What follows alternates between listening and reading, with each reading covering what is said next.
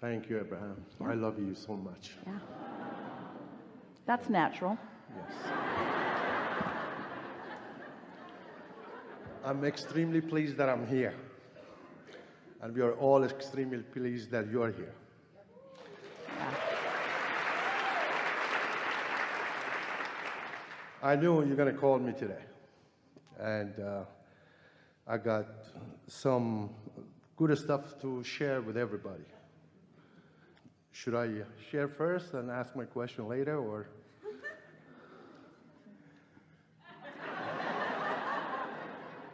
What do you think is most likely to bring us all to a place we have not been before? Okay, good. In this leading edge conversation where this combination of beings has never been before. Let's find the new nugget. Thank you. I want to share a story about Thomas Edison. 100 years ago, in December of 1914, he was 68 years old, and his lab burned to the ground. That lab, that was everything he had. It was like, at the time, it was worth $7 billion. He didn't have any insurance. Overnight, he lost everything. Except his vibrational prowess. Absolutely. Except his point of attraction. Exactly. He was very well known to be extremely optimistic. Really? In unconditional joy. So at the night of the fire department called his son because they knew that there is no hope that they're going to do anything there. So they called him and told him to inform his dad the next morning that he lost everything. So he rushed to the site of the lab, and he was very upset. And then he saw his father, Thomas Edison, sitting on a chair, enjoying the flames. And he couldn't approach him. Then Thomas Edison saw him and asked him to come. He said, "Wow, these are beautiful flames. Nobody has seen a fire like this."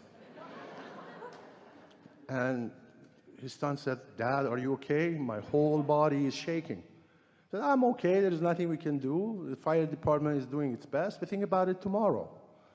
But now look at these flames. They are beautiful. Wow, that's blue. That must be oxygen. Wow, that's purple. That must be sulfur. You know what? Go get your mom and her friends too. They should have missed this." The next day, New York Times and other newspapers came, and he said, "All my mistakes burned in fire. And there is a great value in loss." And he lived another 20 years, and his company is still around, Con Edison. That's his company.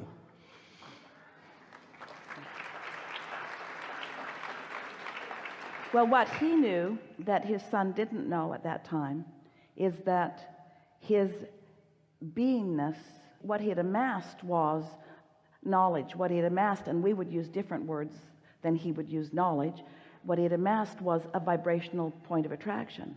He understood in some way that there was a vibrational reality that would come quickly back into fruition. The physical manifestation is a temporary thing. The vibrational state of being is an eternal thing. Absolutely. Yes.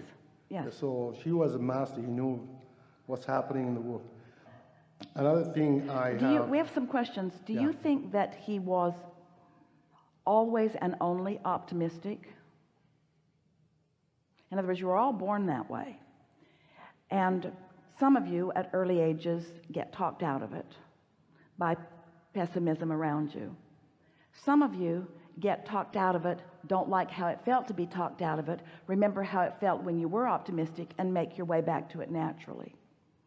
Some of you, especially people of scientific bent, because you see, everything in science, actually everything in everything, follows these powerful laws of physics. And so to be good at understanding the laws of physics, you have to find some stability in the way the universe works. And so through his trials and errors, as some would call it, through his experimentation, he learned what worked. And in the same way that he learned what worked in terms of chemistry or mathematics or science. He also learned what worked in terms of emotions. He came to know, as surely as putting these components with these components will equal this, he learned that this emotion put together with this emotion will equal this. He learned through life what optimism would bring him. He learned to thrive on clarity. Clarity and alignment are the same thing. Split energy and clarity are opposite things, you see.